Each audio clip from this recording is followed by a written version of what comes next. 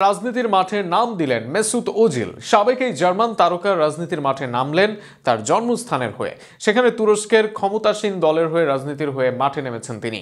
এর আগে ওজিলের সাথে সুসম্পর্ক ছিল তুরস্কের প্রেসিডেন্টের। এবার তার দলে যোগ দিতে যাচ্ছেন সাবেক এই মিডফিল্ডার। সব মিলিয়ে মেসুত ওজিলের রাজনীতিতে যোগ দেওয়া নিয়ে বিস্তারিত থাকছে প্রতিবেদনে। মেসুত ওজিলকে দর্শকরা কিভাবে চিনে? মাঝমাঠের দুর্দান্ত ক্রিয়েটিভিটি, লং বল, দারুণ সব অ্যাসিস্ট, চান্স ক্রিয়েশন, দূরপাল্লার শট, মাঠের নিয়ন্ত্রণ, সবখানেই যেন জাদু ছিল এই জার্মান তারকার। জার্মানির হয়ে বিশ্বকাপ জিতেছেন, রিয়াল মাদ্রিদের হয়ে জয় করেছেন চ্যাম্পিয়ন্স লিগ।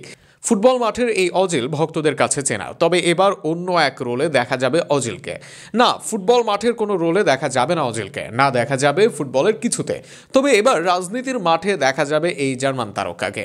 জার্মানির হয়ে বিশ্বকাপ জিতেছেন, জাতীয় দলে খেলেছেন এই দলের হয়ে। তবে এবার যেন জার্মানির নয়, নিজের জন্মভূমির হয়ে রাজনীতির মাঠে নামবেন এই তারকা।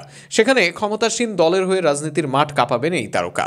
জার্মান তারকা ওজিলের সাথে সুসম্পর্ক আছে তুরস্কের প্রেসিডেন্ট রিসেপ তাইপ এরদোয়ানের।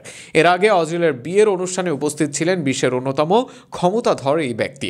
ওজিলও আমিন ওয়েলসের বিয়েতে তাকে বেস্ট ম্যান হিসেবে উল্লেখ করেন। তুরস্কের ক্ষমতায় আছেন রিসেপ তাইপ এরদোয়ান। তার দল Justice and Development Party AKP দলের সদস্য নির্বাচিত হয়েছেন জার্মানির বিশ্বকাপ জয়ী তারকা ফুটবলার মেসুত ওজিল।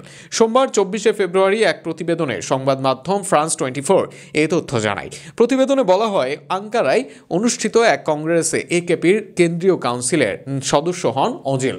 অর্থাৎ এবার নতুন করে রাজনীতির মাঠে দেখা যাবে ওজিলকে।